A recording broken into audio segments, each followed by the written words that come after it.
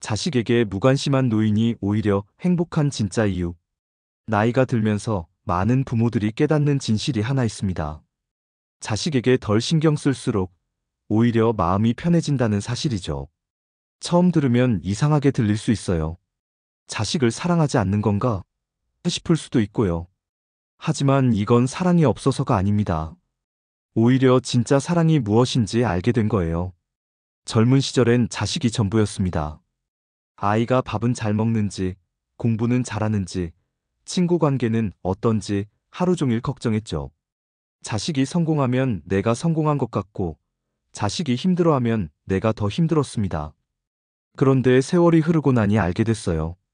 내가 아무리 애를 써도 자식의 인생은 결국 자식의 것이라는 걸요. 첫째, 기대를 내려놓으면 인생이 정말 가벼워집니다.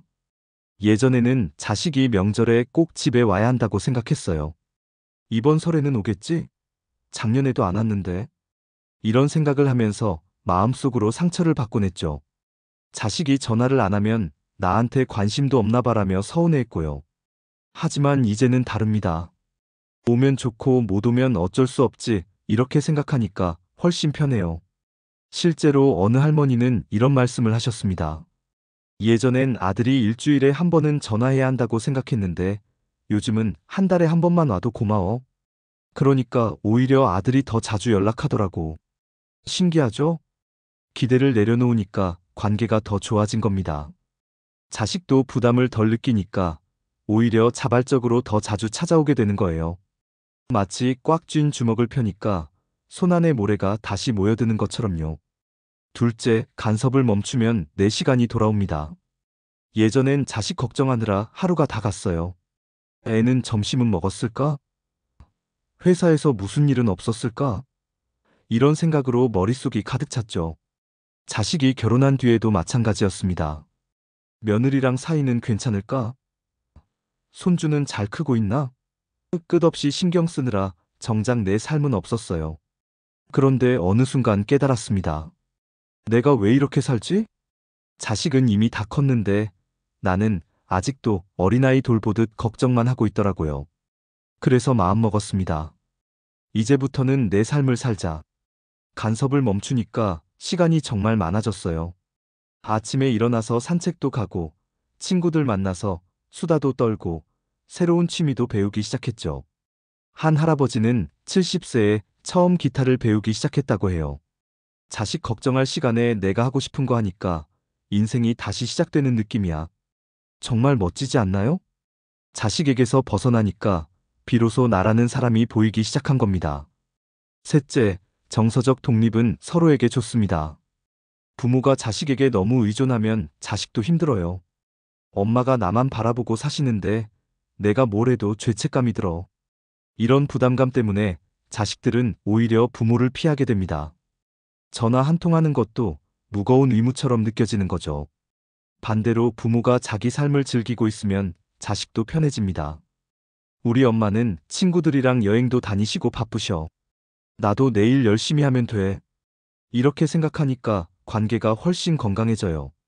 실제로 자식 독립시키고 부부 둘이서 캠핑카 여행을 다니는 부모님들 있잖아요. 그분들 보면 정말 행복해 보입니다. 자식도 부모님이 즐겁게 사시는 모습을 보면서 안심하고요. 우리 부모님은 우리 없어도 잘 지내시네 이렇게 생각하면 오히려 더 자주 연락하게 돼요. 서로 독립적이니까 만났을 때도 더 반갑고 대화도 더 풍성해집니다. 넷째, 관심을 내 건강과 취미로 돌리면 하루가 충실해집니다. 자식 걱정만 하고 살면 하루가 텅 빈 느낌이에요. 아침에 눈 뜨면 애는 뭐 하고 있을까? 이 생각부터 시작해서 저녁에 잠들 때까지 자식 생각만 하죠. 그런데 이제는 다릅니다.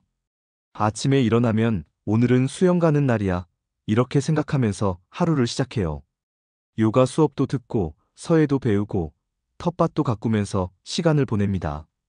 어떤 할머니는 유튜브에서 요리 배우는 게 취미래요. 손주들 올 때 맛있는 거 해주려고 배우는데 그게 너무 재미있어. 자식들은 바쁘니까 나는 내 취미 생활하면서 건강 챙기는 게 최고야. 이렇게 말씀하시더라고요. 운동도 열심히 하고 친구들과 등산도 다니고 문화센터 수업도 듣고 이런 활동들이 쌓이면 하루하루가 정말 단단해집니다. 자식 걱정으로 채워진 하루보다 훨씬 더 의미 있고 행복하죠. 그리고 건강해지니까 자식에게 짐도 안 되고 스스로도 뿌듯해요. 다섯째, 돈과 조언의 경계를 세우면 갈등이 줄어듭니다. 예전에는 자식이 뭐만 하려고 하면 돈부터 줬어요. 집 사려고? 내가 도와줄게. 차 바꾸려고? 내가 보태줄게. 이렇게 자꾸 도와주다 보면 나중엔 섭섭한 마음이 생겨요. 내가 이렇게 도와줬는데 애는 왜 이것밖에 안 해주지? 조언도 마찬가지입니다. 그렇게 하면 안 돼. 이렇게 해야지. 이런 말을 자꾸 하면 자식은 간섭받는다고 느끼죠. 그래서 요즘은 경계를 확실히 합니다. 내 인생이니까 네가 알아서 해. 나는 내 노후 자금 지키면서 살 거야. 이렇게 말하니까 오히려 관계가 편해졌어요. 자식도 부담 없고 나도 나중에 섭섭할 일이 없으니까요. 한 할아버지는 이런 말씀을 하셨어요.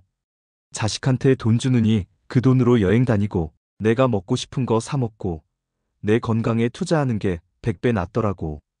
정말 현명한 생각입니다. 내가 건강하고 행복해야 자식도 편하니까요. 이 모든 게 무관심이 아닙니다. 성숙한 거리두기예요. 사랑하되 집착하지 않고 걱정하되 간섭하지 않는 거죠. 자식은 자식대로 자기 인생을 살고 나는 나대로 내 삶을 즐기는 겁니다. 그렇게 서로 독립적으로 살다가 가끔 만나서 반갑게 인사하고 밥 한 끼 같이 먹고 웃으면서 헤어지는 거예요. 그게 진짜 건강한 관계입니다. 옛날처럼 자식을 내 소유물처럼 생각하면 서로 힘들어요. 자식도 숨이 막히고 나도 상처받고 관계만 나빠집니다. 하지만 자식을 독립된 인격체로 존중하고 나도 내 삶의 주인공이 되면 모든 게 달라져요. 실제로 자식에게 덜 매달리는 노인들이 훨씬 더 행복하다는 연구 결과도 있어요. 자기 시간을 즐기고 취미 생활을 하고 친구들과 어울리는 노인들이 우울증도 덜하고 건강도 더 좋다고 합니다. 그리고 놀랍게도 자식과의 관계도 더 좋아진다고 해요. 부모가 행복하니까 자식도 편하고 자연스럽게 더 자주 찾아오게 되는 거죠. 결국 자식에게 무관심한 게 아니라 올바른 관심을 갖는 겁니다. 자식의 인생을 내가 좌지우지하려고 하지 않고 멀리서 응원만 해주는 거예요. 네가 잘하고 있다는 거 알아. 힘들면 언제든 말해. 하지만 나는 내 삶 또 열심히 살 거야. 이런 태도가 진짜 성숙한 부모의 모습입니다. 여러분도 혹시 자식 걱정으로 하루를 다 보내고 계신가요? 그렇다면 오늘부터라도 조금씩 내려놓아 보세요. 자식은 자식대로 잘 살아갈 겁니다. 대신 여러분은 여러분의 삶을 챙기세요. 하고 싶었던 것들 해보고, 가고 싶었던 곳 가보고, 만나고 싶었던 사람들 만나보세요. 그렇게 내 삶에 집중할 때 자식과의 관계도 자연스럽게 편안해집니다. 그리고 무엇보다 여러분 자신이 행복해져요. 그게 바로 자식에게 덜 신경 쓰는 노인들이 더 행복한 진짜 이유입니다.